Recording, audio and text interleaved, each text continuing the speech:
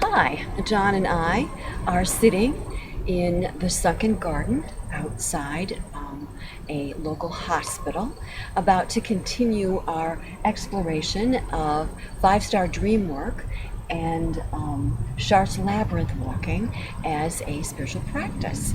This sunken garden actually contains the Chartres-style labyrinth that we're using for this project. Today we are working with another method to employ this practice that we're exploring. This one, when we get to actually using the labyrinth, integrates the inquiry method of A.H. Alnos with use of the Chartres labyrinth.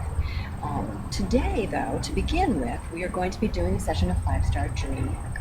And John has a dream that we're going to work with and do that process again. So, John, why don't you tell me your dream, and as before, please tell it to me in the present tense, as if it's happening now, sharing any feelings that went with it. Okay. My chocolate lab and I, Coco, are taking a walk as we usually do, and we happen to come across a large brick home. Actually, it's more of an estate on estate grounds, and kind of holds some interest for us. And so we're walking towards the house to investigate. And we're walking up this grassy knoll, and suddenly I see a snake. And at first I'm kind of amused. I said, oh, there's a snake. And I'm looking at the snake and a little concerned that Coco, what Coco's response would be. And I'm a little bit amused because we haven't seen too many snakes on our hikes lately. So I thought, oh, that's very interesting. And suddenly, as I continue, the grassy knoll is literally littered with snakes. Hundreds, if not thousands, of snakes of every variety, and it's just, the entire grass is covered. And now I'm beginning to get alarmed. I'm seeing the snakes, and I'm recognizing that these snakes aren't harmless, that they're both vipers and pit vipers and some of the harmless ground snakes and so forth, but there's definitely some danger here. And I'm worried that we're going to get bitten, and I'm more worried about Coco because she's going to have less wherewithal to avoid them, and she's got more feet on the ground, so I'm worried she's about to be bitten. So at the same time, I am bitten in the ankle, and Coco is jumping on my back and has her arms over my shoulders, and I'm holding her piggyback style, and I look at my ankle and I recognize that I've been bitten by a pit viper. There are 2 fang marks. And at the same time as Coco is jumping on my back, I know that I should attend to my ankle, but I'm really concerned for her, and I don't want to drop her on the ground, and I need to somehow leave this scene. But I can't put her down, and I can't risk more bites, and I maneuver through the snakes towards the brick house, and we enter the house. And it's hard to tell in the moment if someone's still living there or if the house is abandoned. So we tiptoe through the hallways, and we find ourselves out the front door. I'm looking around for the snakes, and there are none at this point in the dream. And I begin walking away from the area, and I'm surprised all of a sudden of how well Coco's canine body is adapting to the form of my human torso and back and so forth. And she's holding on and conforming to the shape of my body as we walk. And I'm reviewing in my mind, her anatomy. This shouldn't be. There's something, there's a disconnect here between her canine body and my human form, but yet they're very sandwiched. And I recognize, this really shouldn't be so. And then she suddenly she's asking me, should I get down?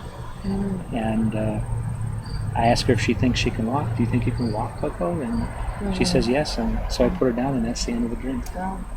Okay, fascinating, very fascinating. Okay, so let's just look at the feelings first for a minute. Okay, so it seems to me that it starts out rather pleasant, and then it goes into some curiosity, And then from the curiosity, it actually goes into some alarm. Yes. Would you say that then fear, that when it went from alarm into fear? Yeah, so definitely more from concern to alarm to definite Yeah, fear. so it was like a Once real, I recognized real that the ramping up snakes of what was were happening. dangerous. Yeah. Yes. Okay. And then I'm thinking that there might be a feeling component between not only with that piece of the storyline, but in terms of your feeling with the dog. Concern for Coco. There was Right. concern for her. I'm wondering if knowing what Coco was for you as your canine companion, but maybe at the beginning, did you have any of those feelings about Coco that you have in terms of affection and so forth, or was that a component of the dream, or just sort of implied? It was still, yeah, the relationship with her in my waking life was the same in the dream. She was my companion, my friend, Okay. close friend, and Yeah. a lot of affection and love, Wow. and my concern for her with these Concern for snakes. her, so we're kind of really a part of that. So then, as it continued to kind of unfold and morph from that really dangerous scene, um, it, how would you describe the feeling that went with you, escaping and trying to find a resolution, getting into the house and so on? Can you think of what the feeling? Can you recall what the feelings were with that part of it? Well, I guess again, fear, and I was, sort of thinking about my capabilities of maneuvering all these snakes. How was I going to approach this field of snakes and be able to get through them, to get to safety for both she and I. Okay. So, do you think that covers the feelings pretty well, or is there something of significance related to the feelings? No, I believe that yes. Probably covers it pretty well. Very good. Okay, so let's go ahead and just kind of go into the narrative. Look at the narrative, and as usual, if you like, you could start it, or otherwise I can kind of start the process and we can tweak it as we go. Or, why don't you begin? Let me begin. Okay. Okay. So once again, I see you're on a journey. There's a bit of some elements of the theme that were similar from the previous dream that we made the recording of, in terms of being on a journey, and also in terms of the snakes. Of course. So that's sort of intriguing to see that pattern in there. I should maybe just parenthetically state that the date this dream that we're talking about now preceded the previous one that we did the work on. Yes. Yeah. Okay. So that's actually, if we go back and look at that, then that one, the snakes were definitely not compartmentalized. There's a very different dynamic going on with the snakes in that dream. But let's go in terms of looking at the narrative, at the storyline. Someone on a journey with a beloved companion encounters something that begins to be that goes from being of interest to being of concern to being frightening. Yes. Someone encounters something frightening that turns into injury that needs to be addressed. Okay. I really think there's a part of the narrative that's, kind of a couple of narratives that are woven together. One of them is the whole encounter of the snakes and how that unfolds, and how, you're trying to escape that, and then how you're trying to deal with it. But there's also kind of a secondary narrative that relates to well, that might be a tertiary one, but where I was going with it was, again, that's a good point, and so we'll come back to that in a minute. But there's the storyline that's really going on with you and the companion. There's a really unfolding thing happening for you with you and the companion. So, like, if we even just looked at that and sort of set the snakes aside for a minute, two trusted companions on a journey, and they encounter this dangerous thing that creates a situation that they're dealing with together. There was like that really protective part of the storyline that was happening. So someone is protecting their companion. Someone, the whole carrying part. I think there was some elements of you carrying your companion, and then how your companion is molding to you, and you're being surprised about the ability of this companion to conform, and the ability that you're surprised by you, by how this companion can communicate with you. So I think that those are some interesting elements that are in the story. then of course, like you said, there's the part about the house.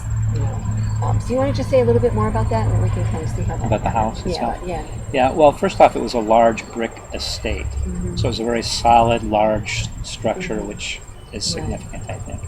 And then upon entering, I mean, there was no difficulty in entering, which is something else, and we just walked in. And then, you know, sort of this sense was, well, is this actually occupied? Is there someone living here?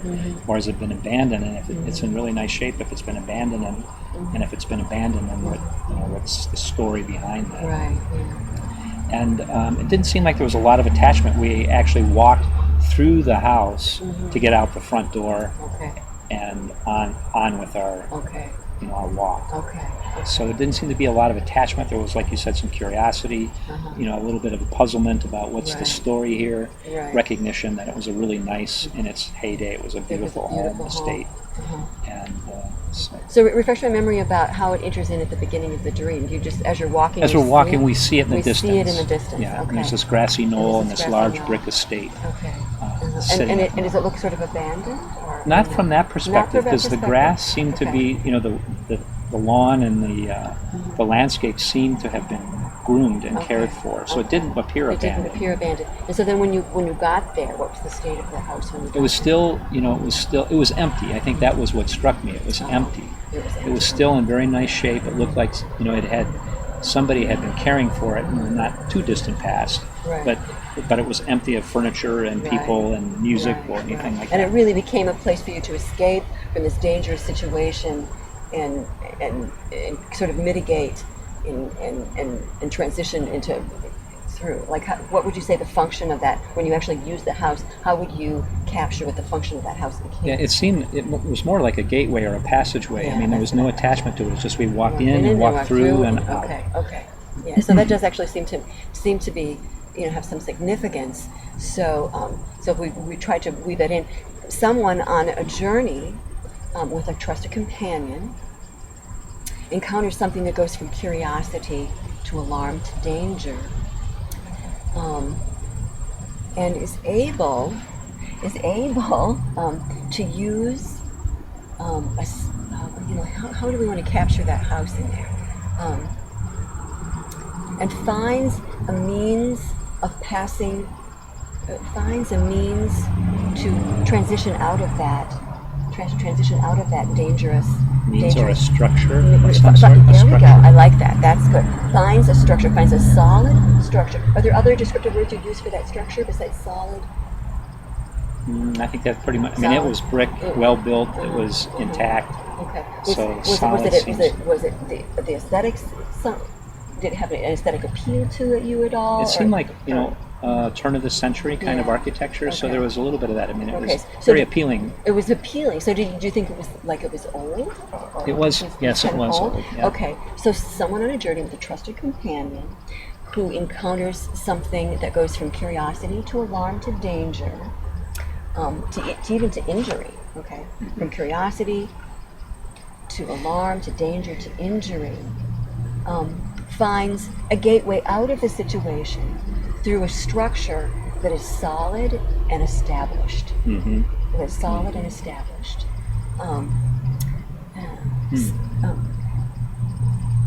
In the process of transitioning, in the process of transitioning out of a difficult situation, the process of transitioning out of a dangerous, wounding situation, someone is surprised by the ability of their companion to conform and communicate. Were there other things that Coco did in the dream? No, that was pretty much it. Yes. Yeah. You know, I feel like I've probably captured quite a bit of it. What about the tail end of the dream? I mean, I feel like I maybe didn't address what was happening in the story in the end of the dream. It was just interesting. As I think about it, I mean, I wasn't concerned about the snake bite. You know, as you might suspect. Yeah. I didn't feel after we walked through the house, the danger seemed past. Right. And even the urgency of the snake bite on my ankle was no longer in my consciousness in that state. It was just okay. I was walking normally through the house, exiting the front door. Coco and I had that short conversation. I put her down, and that was it. And that was kind of the end of it there. Yeah. Okay. So it seems like you transitioned, your attention sort of transitioned from just being sort of in a pleasant state with this walk and being with your trusted companion to into the curiosity of the snakes, and then the alarm, and then the danger. But then there's almost a shift. It seems like when you're going through that transitional piece, when you find this solid, well-established structure to pass through, and it seems like your attention shifted away from that wounding, that danger and that wound. Your attention shifted away from the danger and the wound to what was happening in the relationship with the companion. Yeah. It was even as I were thinking about it, there was not even any anxiety at that point. You might suspect that there would be a lot of anxiety, racing heart, and concern about addressing the snake bite and all that kind of stuff. And that wasn't present at that point in the dream. Okay. Do you feel like we kind of handled the storyline and the Yes, content I think pretty well? Yes. Okay. So let's take a minute just to look at your responses in the dream. Your that relationship that you had with the content of the dream and so forth. To begin with, and just pitch in here at any point if something really jumps out for you. But at the beginning, I see you. I see that there's definitely interaction that's happening between you and Coco in various parts of the dream, and it seemed like there was a responsiveness from the dream when you noticed the snakes. You noticed the snakes, and you started looking at them, and as you looked at them, the dream just brought you more snakes and more snakes, and then that whole situation, there was sort of it seemed to me like there was almost a domino effect, or a chaining of responsiveness of the dream content from one thing to the next to the next.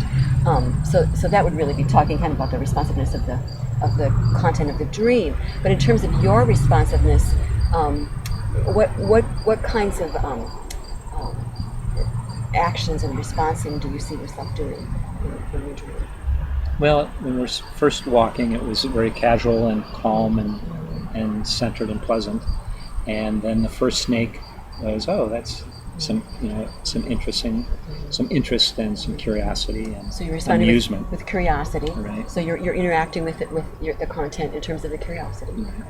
And then stepping forward and seeing all those snakes, and then there's some alarm, and then I'm making an evaluation. Okay, first there's a few snakes, and then there's several hundred, and then there's thousands, and then I start making evaluation about whether or not these are dangerous snakes or harmless. Right. So there was that evaluation at that point. Okay. And then being bitten and knowing that this was going to be trouble. Right. And then concern for my partner and bringing her up on my back. And being really concerned that somehow I negotiate this. Right. Permitting harm to myself, but being really careful that there's no harm come to her. Right. And then sort of what's the word? Concern whether or not I could actually navigate this big expanse of snakes. Right. So, okay. And then you did seem to find a solution when you recognized, that, well, let's go through the house. It seemed like you were, you're evaluating. I want to say that because I've done dream work with you, a number of times here, that I do see some themes that have been coming up with your responses in the dream, where there are situations that you encounter that have some kind of challenge, and making evaluations. There's a challenge that comes, and then you make evaluations, and you need to make a determination of how to do it, and then you're like managing the challenge. I think I've noticed that, in your dreams and so forth. So how do you feel about what you did in the dream? Is there anything that you feel like, if you did or had a do-over of that maybe you would do differently? I don't think so. That's kind of interesting. We stumbled upon the snakes. That was beyond my control. Right. There wasn't anything I could do. I suppose we could have turned around. I didn't think about this. We could have turned around and gone back and maybe avoided that. Okay. I'm not sure about that, but that's a thought that occurs to me now. We could have maybe turned around and went back the way we came. But as I view that grassy knoll, it doesn't appear to me that the snakes are in front of me now that I visualize it. So we could have turned around, but that didn't occur to me till just now. Okay. Would you say, this is the thought that occurred to me as I listened to you, that oftentimes when I've seen the dream, and helped you with your dreams, that there tends to be an action of you moving into the conflict. And I'm inquiring about that. Yes. I'm asking you how you feel about that. That when we've done the dream work together and we've looked at the dreams, looked at your dreams, that when oftentimes you're encountering a challenge and then you're making evaluations, and that you often move into the challenge. That's a really good point, would Kim. you Yeah, see I would concur with that you're that. moving toward the You know, challenge? we've looked at Yeah. other dreams where I've had a conflict with a bear or something, and You putting often my go fist into the into conflict. it. Yeah, that's a very good observation. And then it might be good to look at, I'm thinking it might be interesting to look at, and this is just occurring to me, I don't know this for certain, but what happens to the dream content then when you do that? Okay, when you move into the like, is there any kind of a pattern? You know, what kind of a response are you getting from the dream content? If we kind of lay those dreams all beside one another when you're moving into the conflict. So that's just a question. That's a very good question. That's That might be a good question for the inquiry process. It might be, and which is one of the things that we want to look at. So let's just kind of hold that on the side. So, you know, I also noticed the thing from doing other dream work with you, and it's not like every single dream, because, for example, the other snake dream that we did recently and put on a recording, you were by yourself. But in this dream, you have a companion, and I do recognize that in other dreams, you have concern for your companion. You know, that comes up, and I certainly recognize that you know happens in our daily lives. That you're concerned for your companion. Let's see, anything else with the responses? I think, you know, that's talking about the part with the snakes. If we go into the house, there was definitely this interaction that was going on with Coco, with your companion. So why did you talk about, certainly she responds to you, and you were surprised with how she responded to you, but let's look at your interactions with her and what your activity was with her. Yeah, it was really very little interaction. I mean, I was concerned about getting her to safety. Mm-hmm. So in the meantime, I'm simply carrying her beyond the snakes into the house and out. Okay. There wasn't much dialogue. There wasn't much, you know, interplay. Mm-hmm. It was mostly curiosity that, gee, she really seemed to conform to my body. Right. And so I was sort of intellectualizing that, you know, this doesn't make sense because her canine form should not be able to, you know, to spoon so well to like my human form. Right. So backing up just a little bit, refresh my memory about how she got. Did you tell her to get up? How did she get up on your back? Yeah, it was sort of a joint thing. She was beginning to sort of leap up to me, and I just grabbed her paws so it was and kind pulled of her up. Yeah. Okay. So just to jointly. Yeah. So just to kind of explore that a little bit, you know, so you kind of shouldered her. She kind of got up on there. Would there have been any other solution that you could have done to have helped her? Do you think there would have been any other? Not at that point. That was the only thing to do. Unless we had retreated, as we said a minute ago. There was no other option. No other option. So it was either, or I could have carried her in a different manner, perhaps. Instead of shouldering her, I could have done something else. Okay. So going then back into the house with her, you know, let's talk about how you interacted with her then. You really were just sort of talking to her, right? You were just sort of communicating with her. Refresh my memory. We weren't really communicating until the very end. Until the very end. Okay. Yeah. So mostly you were carrying her. I was carrying her till the end. Right, and I was carrying her through the snakes into the house, and there wasn't any dialogue. Right. It was just, you know, just negotiating all of these things. Okay.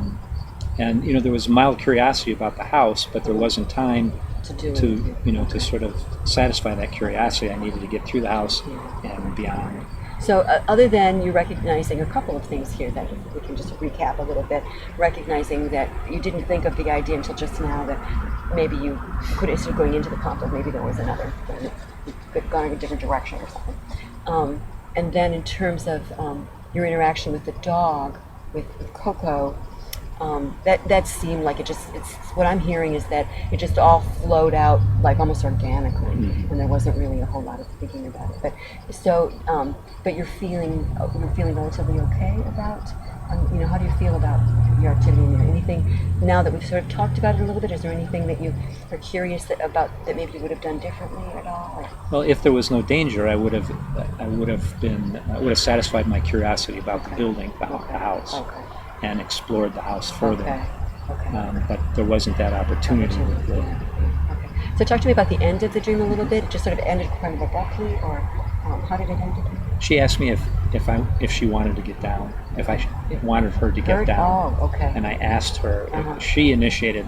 There was no dialogue until she initiated that question. Do you want me to get down? And I asked her, do you think you can walk okay?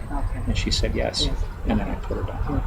Okay, so that almost seems like an interesting little nugget. It does, in the yeah. dream. Yeah. Yes, it certainly does. Yeah. So like if we give a storyline to just that part of it, do you want to give a go on that, or do you want me to give it a try? Go ahead. Yeah, go ahead. Okay. You did so well. Okay. So someone who has escaped a dangerous and wounding situation and supported their trusted companion is surprised that the companion is surprised with the companion's interaction and communication. Right? How would you capture that part of it? What's the key aspect? Well, I'm not sure surprise is the right word, because it seemed natural for her. I didn't, in the dream, it wasn't a disconnect for me to have her speak to me that way. Oh, okay. And so I wasn't surprised by it. It just seemed like, it's like having a child. Do you want me to get down? Or you say, I'm tired, I'm going to put you down now, or something. And it was just, it's like she was tired of riding, or maybe she recognized that perhaps the danger was past and that she didn't need to, I didn't need to carry her any further. And so she said, do you want me to get down? And that was actually the first, the first speaking in the dream from her. It just from the aspect of dreams being co-created, the aspect of dreams being co-created as a creation between the dream itself and the dreamer. It's interesting that there was this very active, alive thing that happened from Coco in there. There was this question that really came, saying, do you want me to get down? Yeah. So that's really interesting. Okay. So you feel pretty good about that? Yes. Can we cover that pretty well? Yeah. Okay. Let's look at the images a little bit. I think we can look at the images a little bit. Of course, I know how you feel about dogs. You're such a great dog lover. And Coco was a very trusted companion. So we do know that. What else can you say about what dogs are for you? Well, they're loyal. I mean, man's best friend, I think, sums it up. I mean, that unconditional love that we've talked about in so many contexts before. It was very comfortable. It was, it was natural for her to be with me, and then concern for her when we were both in danger. It was clear that I was going to put her well-being in front of mine. And that also seemed natural for me too. There wasn't any hesitation, whatever. It was okay. Let's worry about her. She's got 4 legs. I've only got 2. Let's go. Okay. All right. So that's good. Yeah. Of course, those snakes. Here they go again. Yes, those snakes in the dream. Yeah. Yes. So and we've talked previously about what snakes are for you. The many things that snakes are that just conceptually, intellectually, what you know about snakes, but also in terms of what snakes are for you. But so let's just review what they are for you for a minute. What snakes are, and some of that may overlap with, conceptual sorts of things. But what are the key things to you about snakes? Well, I find them very interesting. I find them as as a really interesting animal and a reptile, and they're pretty versatile. They can do a lot. They're in a lot of environments, a lot of different kinds of environments. I tend to have a little bit of sympathy for them because they're such a maligned species. Right. Most people don't appreciate them or like them, whatever. They're colorful. They're interesting. They're Yeah. One thing that occurs to me, and you can tell me if this speaks to you at all, is that you're in the consciousness track. I mean, this might be a stretch. For me personally, it's something I maybe would need to explore further. And I also want to remember that it's your dream, so it's really about what it is for you. But I do know that you're in the consciousness track at AU, and that the Kundalini energy is often represented by snakes. Right. Oh. And so I'm wondering if there's any connection between consciousness and energy and vital energy and what the snakes are in your dream, and are there aspects of consciousness that can go from being interesting to dangerous? You know? Are there aspects of consciousness that can be helpful in a way that snakes can be helpful and poisonous, but yet maybe need some transmuting, Yes. the medicine cards. Yeah. So I'm just knowing how you feel about consciousness and knowing how you're working with your own consciousness and knowing a little bit of the story, your life story that goes along with consciousness. I'm wondering if there's any link between that and the snakes. I'm not suggesting that there is, but I'm just wondering if that's something worth exploring. Sure. Well, yeah, we didn't. I mean, I wasn't speaking just now about sort of the metaphysical aspects of the snake and the symbolism of snake. But you're right about from my tradition, Kundalini is the snake is represented as a snake, lying dormant in the root chakra, and we've talked in great length as a Native American totem and the representation in the medicine cards specifically about transmutation, and being able to transmute poisons and what have you. So, the snake entwined around the caduceus in medicine, and Hippocratic Oath and Hippocrates in the Greek. Yeah, there's a lot of depth symbolism in there. and Jung talked, the symbols of the snake is very powerful in dream life, certainly. Yeah, so that to me almost suggests another question too, just because you have had snakes so many times in your dreams. What's up with the snakes? Mm-hmm. I noticed in this dream, the previous dream that we looked at, the snakes were nicely compartmentalized. In this dream, it starts out with just a small amount, and then there's a lot more there than what you first anticipated. At first, it looks like it's just a bit, there's just water, whatever. But then it turns out to be a lot. There's a lot more of that there than what you first. Well, and I think what's interesting, I mean, we maybe should have done these sessions reversed. Because I think there is a progression that in this dream, the snakes are littered everywhere, and there are thousands of them, and they're dangerous, and what have you. And the dream that we just did a couple of weeks ago, they were compartmentalized, they were in a tote, they were all harmless with the exception of there were some larger constrictors, but even that is much different than a venomous snake. And it beats you, Right. In the dream that we did first, which we should have done second, there was none of that happening. You were able to just. So I mean, it really does show that there was a progression. Right. But an interesting thing to explore. It'd be interesting to watch and see too. How the snakes continue to present to you. Exactly. Okay, do you feel ready to shift into looking at how Yes. this might apply? Okay. So do you have thoughts about how all of this, especially now that we've kind of discussed it, how this might apply to your waking life? How this might either track to your waking life, or does it provide some sort of insight or stimulus to things that are going on for you with your waking life? Well, I mean, you mentioned one thing. It's this thing about conflict. I don't know if they, it's certainly they were an obstacle and a danger, and whatever that translates into waking life. I didn't retreat, and the thing was that it wasn't even my conscious to do that, which would have been a very easy thing to turn around and go back. Yeah, so that's an interesting. But it didn't even occur to me. So there wasn't like a conflict. So should I go forward? Should I go back? Right. What should I do here? There was no psychic tension around that. It didn't even occur to me to turn around and just go back. Go back. Yeah. It was clear to me I needed to go forward and try to figure that out.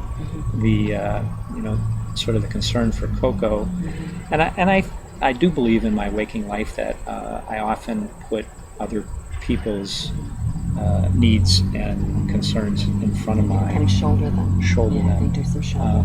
But it also, it feels natural for the people that I care a great deal for. So there wasn't any psychic tension there either. It was just lift her up and go. And in my waking life, I think very often that's the case too with the people that I love, that it's just, okay, I need to maybe shoulder some of this for them and get them beyond the danger and then move forward.